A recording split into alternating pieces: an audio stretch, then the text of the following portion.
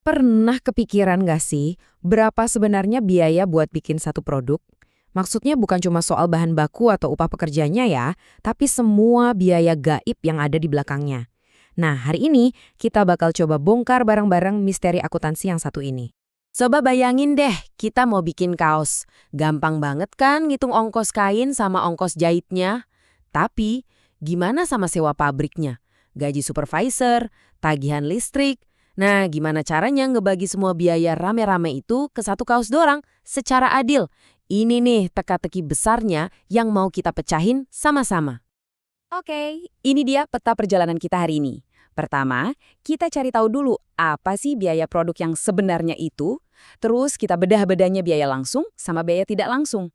Abis itu, kita bakal masuk ke inti pembahasan, proses absorption costing atau penetapan biaya penyerapan.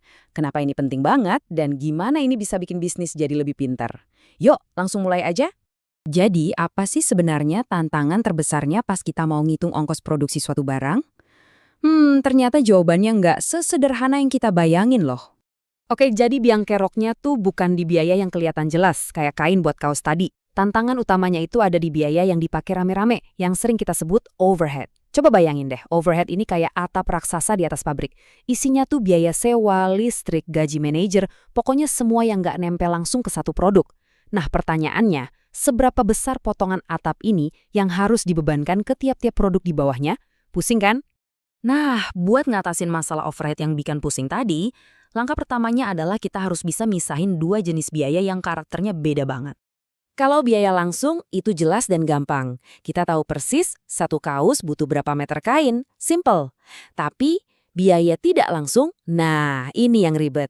Contohnya gini deh, gimana coba cara kita tahu dari total tagihan listrik pabrik sebulan, berapa rupiah persisnya yang dipakai sama satu buah kaos? Nah, disinilah letak inti permasalahannya. Dan beginilah cara akuntan menumpuk semua biaya itu. Jadi mereka mulai dari pondasinya dulu yang disebut biaya utama atau prime cost. Isinya cuma bahan baku sama tenaga kerja langsung.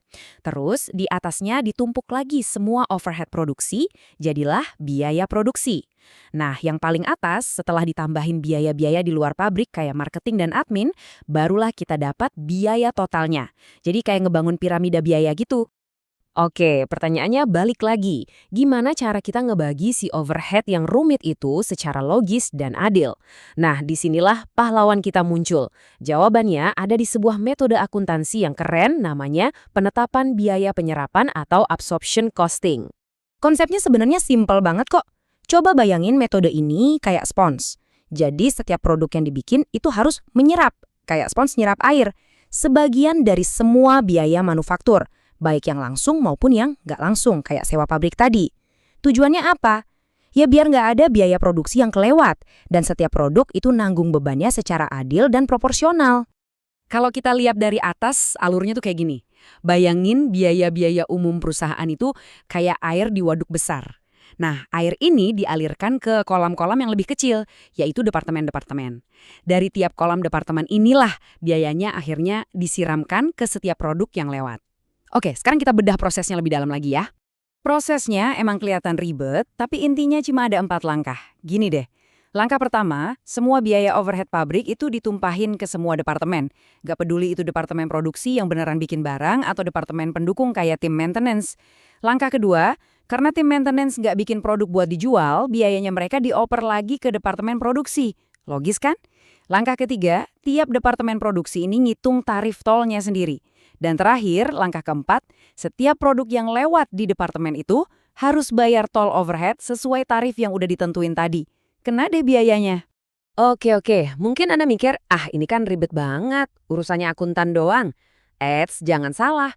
Justru cara perusahaan ngelakuin langkah-langkah tadi, itu punya dampak bisnis yang gede banget. Serius.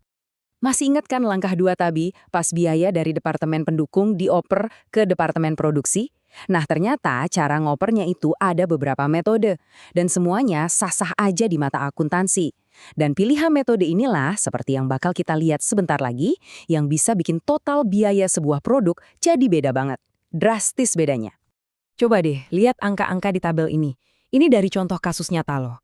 Biaya awalnya sama persis, Tapi karena pakai 4 metode yang beda, hasil alokasi biayanya buat departemen X dan Y jadi jomplang banget. Bayangin kalau perusahaan pakai metode ketiga, yang step down be first. Tiba-tiba produk dari departemen X jadi kelihatan mahal banget ongkos produksinya. Nah, ini bisa langsung ngaruh ke harga jual, bahkan bisa bikin manajer mikir, wah produk ini rugi, stop aja produksinya. Dan disinilah letak bahaya terbesarnya. Kalau sampai salah pilih metode alokasi overhead, bisa-bisa perusahaan secara nggak sadar membunuh produk yang sebenarnya untung besar loh. Cuma gara-gara di atas kertas, hitung-hitungannya bikin produk itu kelihatan rugi. Ini bahaya banget, karena keputusan strategis yang fatal bisa lahir dari perhitungan yang keliru.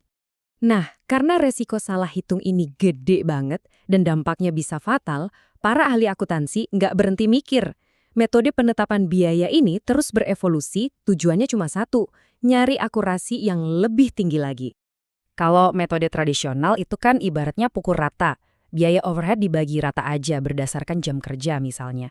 Tapi metode yang lebih modern kayak activity-based costing atau ABC ini lebih detektif. Dia nggak mau pukul rata, dia cari tahu dulu aktivitas spesifik apa sih yang bikin biaya ini muncul. Misalnya, biaya setting mesin. Nah, biaya itu cuma dibebankan ke produk-produk yang emang butuh setting mesin berkali-kali. Jadi lebih adil dan akurat. Dan semua ini akhirnya membawa kita ke satu pertanyaan besar yang bikin mikir. Kalau biaya sebuah produk itu ternyata bisa berubah-ubah tergantung pilihan metode akuntansinya, gimana caranya sebuah bisnis bisa benar-benar yakin produk mana yang paling untung? Ini jadi buktikan kalau akuntansi itu bukan sekedar main angka. Ini adalah seni sekaligus strategi yang bisa menentukan hidup matinya sebuah perusahaan.